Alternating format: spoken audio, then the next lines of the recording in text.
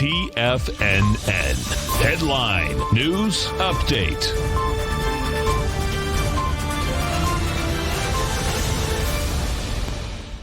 Hi everyone, Basil Chapman here. This is the Tiger Financial News Network midday update, noontime, and I'm also the author of the opening call daily newsletter, and the within a few minutes we'll have the Tiger Technicians Hour that I'll be hosting.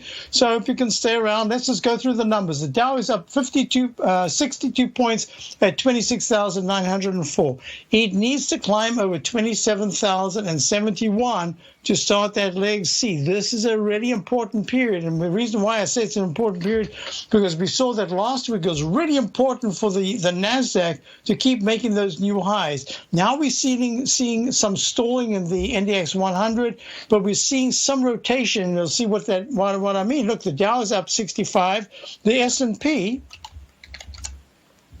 is up 7 at 32.65. It's made a new all-time high. I made it yesterday. Today's kind of testing that area.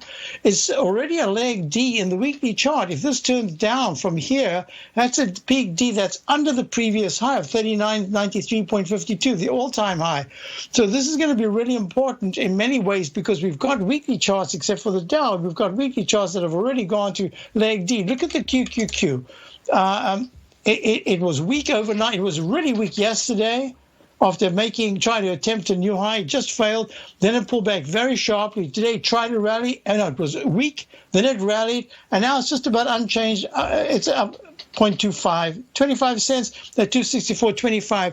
It's beginning to stall. You see the MACD's getting flat. See the stochastics under 80% to 76, but the on-balance volume is good, and it is way above the 9-period moving average and the 14 in the daily, and it's only in leg C, probably a peak C this week in the weekly chart. Well, it's only halfway through the week, so let's not say that. It could still make a new recovery high. But I'm suspecting that we might have to wait for that leg D. So if there's no new high this week, but suddenly on Monday or Tuesday there's a pop-up and then a failure, that could turn into a far more serious decline. Look at the IWM. The IWM up 0.14 at 148.17, holding well. It isn't showing leadership, but it is holding well. Hey, leadership, look at gold.